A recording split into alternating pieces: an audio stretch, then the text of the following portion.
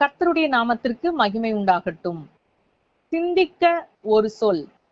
நீதிமொழிகள் 22ஆம் அதிகாரம் 1ஆம் வசனம். திரளான ஐஸ்வர்யத்தை பார்க்கிலும் நற்கீர்த்தியே தெரிந்து கொள்ளப்படத்தக்கது. மிகுந்த செல்வத்தை சம்பாதிப்பதிலும் நற்பெயரோடு வாழ்வதே நமக்கு சிறப்பை கொண்டு வரும்.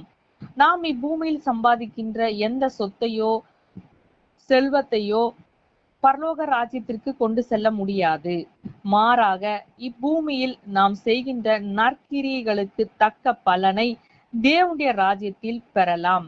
ஆகவே நாம் பூமியில் செல்வத்தை சம்பாதிக்க வேண்டும் என்ற ஒரே சிந்தனையோடு ஓடுகிறவர்களாய் காணப்படாமல், கர்த்தருக்கும் மனுஷருக்கும் முன்பாக நம்முடைய சாட்சியை காத்துக்கொண்டு நற்கிரிகளை செய்து பிதாவுக்கு மகிமையை கொண்டு வந்து, மேலும் நமக்கான பலனை தேவனுடைய ராஜ்யத்தில் பெற முடியும் என்ற சிந்தனையோடும் நாம் ஓட இந்த நாளில் நம்மை ஒப்பு கொடுக்கலாம்.